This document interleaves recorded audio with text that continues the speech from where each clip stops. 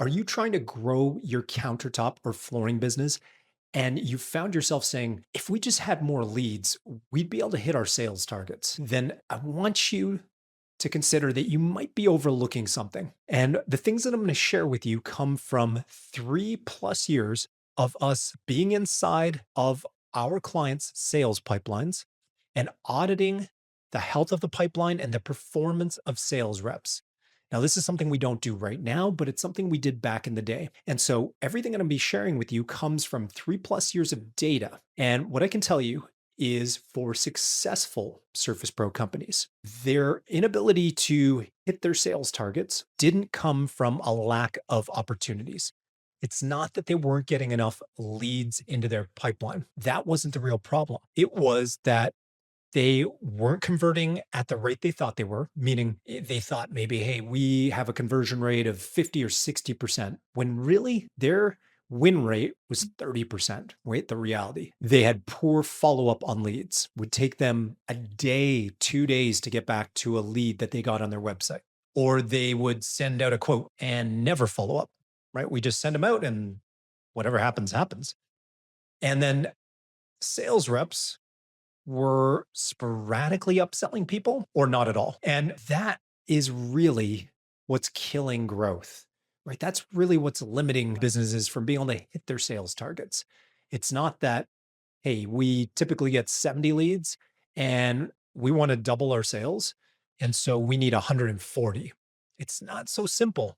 It's not always as easy as thinking, okay, we get 70, we'll just spend more money and we'll get 140 and we'll be able to hit our sales target. If it was that easy, everybody would be scaling at the rate they want to.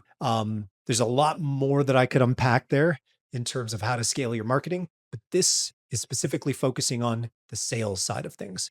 And what I can tell you is what needs to be done first is making sure that your sales process, your sales pipeline are dialed in. Because if it's not, you're leaving money on the table and you're trying to scale a leaky pipeline, which is really inefficient, right? It's like trying to pour water into a bucket with tons of holes in it and expecting it to fill at the rate that you want it to. It's just not going to happen. And so the big takeaway I want you to have, if this is hitting home, is that you're not short on opportunities. The gold is often in your pipeline. What's happening is you're leaking a little bit of potential revenue every single day. This episode is about building your sales engine, and that's a system that converts leads that you already have at the highest rate possible for the most money possible so that you can grow without burning more money on advertising, marketing, or playing the referral lottery, right? That's not a good way to scale your business. Again, so I just want to drive that home before we jump into the tactics here, that before you go to invest more time, energy on marketing, got to build a sales engine in order to drive real sustainable growth. All right. So, what I want to kick things off with is revealing the trap for you that so often companies fall into. They've got hidden leaks, and many Surface Pros obsess over leads and they skip the most important steps and really don't spend enough time optimizing for this. So, the types of questions I want you to ask yourself right now are, what rate are we converting our leads that we're already getting? What's the true number? And then, are they being followed up with systematically? Do we have protocols in place that say, hey, as soon as a lead comes in, within 15 minutes, somebody's calling them. They've already gotten automated email follow ups, text messages, but within 15 minutes, somebody from the team is on the phone calling them. And then how often are we following up after that and for how many days, right? Now, I'm not saying that that's the protocol you should have, but could you tell me right now what your follow up cadence and sequence is? And do all your sales reps know that and follow that? If not, you're probably leaving some money on the table. The next thing I want you to ask yourself is, do my sales reps have adequate training? Like, have you set them up for success to upsell or cross sell? And are they doing that consistently? Or do they do it when it's easy and comfortable? Again, if the answer is no, you're leaving money on the table, right? There is such a higher return you could be getting on every single opportunity you receive when you convert them at a high rate for the maximum amount of value possible. right? So that's really what I want to drive home. If your pipeline's not being tracked, if your quotes are going out cold, meaning once the quotes get sent out, you're not really following up with them very aggressively or often, and if your close rate is under 35%, for example, then you don't need more leads right now. You need a sales engine. That's why this system exists in our growth engine. It's because real growth starts with better conversions, higher average deal size, not just more leads. Okay, so that's a big shift I want you to have as we go into me breaking down this framework. So that's the big shift I want you to have as I go into breaking down the 4 P's of our sales engine that actually move the needle for you. All right, from a high level, what are these 4 P's that I'm talking about? Well, you've got to have a dialed in sales process, sales protocols, a healthy and optimized pipeline, and then your performance has to be at a high level consistently. All right, so those are the 4 P's that I'm going to break down for you right now. What I should mention is I could go really deep on this right now, but instead, in future episodes, I'm going to get into other aspects of this.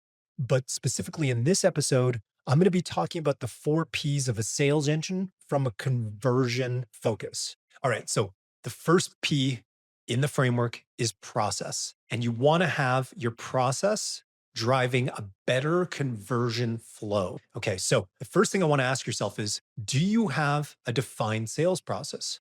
Or does your team, and possibly yourself as the business owner, if you handle sales, are you just kind of winging it? Is it a little different every time? Your process needs to be a conversion path. All right. So when your lead first enters into your sales ecosystem, you want to take them down a very predictable and intentional conversion path that's optimized and built for how fast you follow up with leads, how quickly you qualify a lead, how much time do we spend with a lead in our showroom, right? A prospect. Is it 15 minutes? Or do some reps take an hour and a half to talk to a customer when they walk through the door? Which really slows things down, right? That person becomes a bottleneck. Do we deliver quotes with urgency and clarity? Meaning, are they easy to understand? Do the customers know exactly what they're getting? And are we sending that out as fast as possible? Are we creating a clear guide for our sales reps in terms of when we follow up, through what channels, how often, and for how long? Do they know what's expected? And are they hitting those standards, right? You got to have a systemized sales process. Most Surface Pros that I've seen over the last near decade now do not truly have a clearly defined sales process where their team executes it at least an 8 out of 10 more often than not. And unfortunately, far too often, there's zero structure here. Like it's really not been standardized, defined, and every team member's trained on it. That alone is going to see that your conversion rates are 10 to 20% lower than they could be. And you're leaving a lot of money on the table, guys. So that's the first P in our 4 part framework. The second one is protocols. And we're again looking at it through the conversion lens. Protocols. We need consistency to drive conversions, right? Consistency helps us close.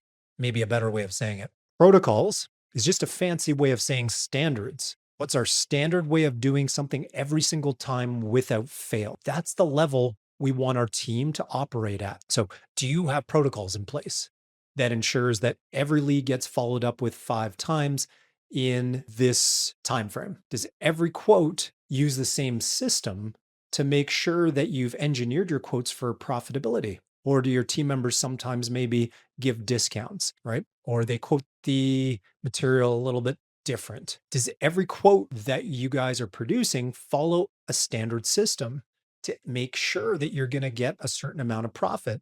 Or does your team approach it a little differently each time? Or different sales reps do different things? Maybe one person gives a discount sometimes. And because of that, you're losing out on those margins. Is every objective that your prospects have handled with the same rebuttal, right? Is your team confident in delivering that? Right. So these are the things that you need to have protocols for, standards that people follow without fail. Let me give you some examples of standards. Standards can be things like We follow up with every lead within 15 minutes of it coming in.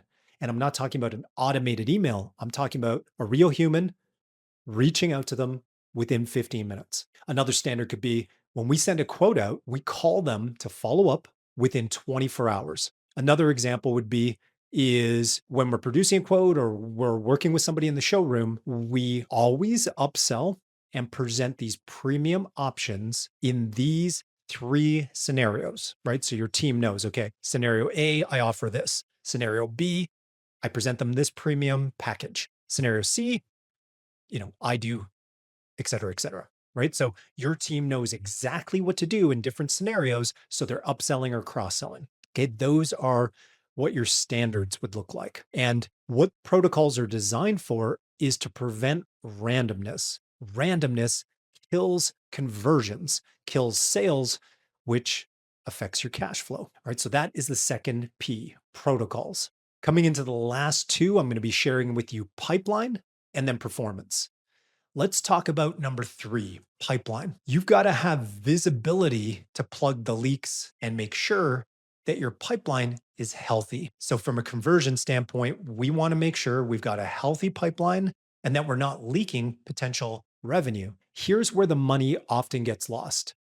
If you're not tracking how you're managing leads in your pipeline, meaning you don't audit that pipeline at minimum on a weekly basis, then you have no idea how many people your team is not following up with, that actually your team is ghosting, how many quotes went cold that could have moved across the finish line, or who's ready to buy that we should be on top of right now, right? A basic CRM is going to help you with this. It's going to help you to tag hot leads, warm leads, et cetera. It's going to give you the ability to do automated follow-ups. It's going to allow you to spot stuck deals and where potential deals are rotting and that you can save them before they die, right? If you're not checking these things regularly, and I don't necessarily mean you, the business owner, you might have a sales manager. You should be putting this on your sales team. If you're not auditing your sales pipeline on a regular basis, you are leaving a ton of money on the table. I can guarantee you that. So, just to recap that, your pipeline should be where all your opportunities are managed, where you and your team have visibility on it. And I highly recommend you're using a proper CRM. Most industry ERPs at least have a basic pipeline function, and you should be using it. But if you really want to grow, you should be looking at having a proper CRM in place. If you want to learn about which CRMs we recommend to our clients, you can look in the description for a link and reach out to us, and we can discuss that with you. All right, guys, let's jump into the fourth P in the framework, and then we'll land the plane here. So the fourth P is performance. Now, from a conversion standpoint, what does that mean? Well, we've got to know our numbers to grow our numbers, right? We've got to be measuring what matters. And when I say your numbers, ultimately, that's also how your team is performing, right? That's the bottom line. And you don't need fancy dashboards for this, but what you need to know is what's our speed to lead? We've talked about that. How fast are we following up with leads when they come in? What's our true closing rate? Because far too often I see it where when we first start working with a company, they say, oh, we close leads at 50% or 60%, but that's actually referrals and or walk-ins.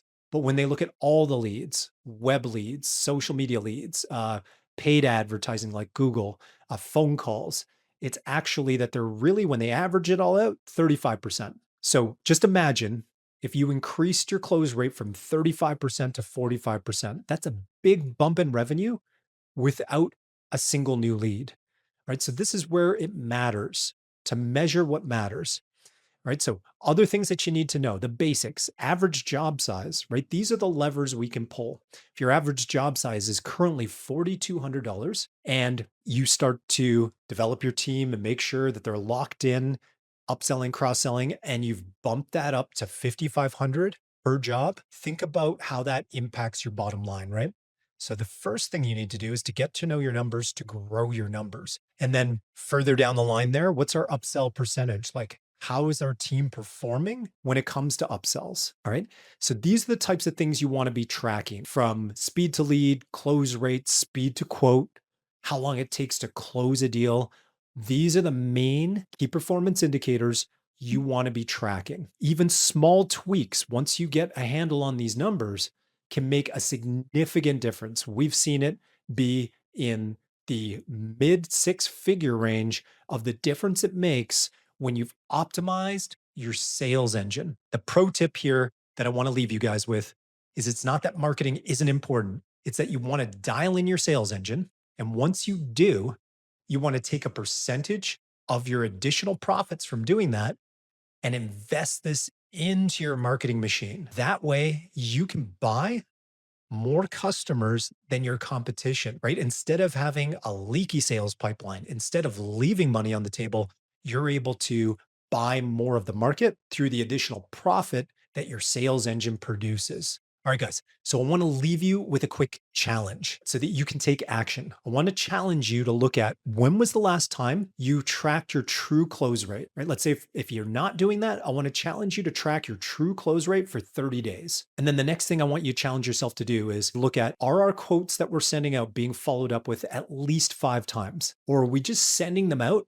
and moving on? And then the third last thing I want you to ask yourself and your sales reps is, are they trained and motivated to upsell? Right? Just those three things, if you take that away from this today, is going to move the needle for you in a significant way. Before you start to spend time, energy on trying to get more leads, fixing this stuff is what's really going to matter.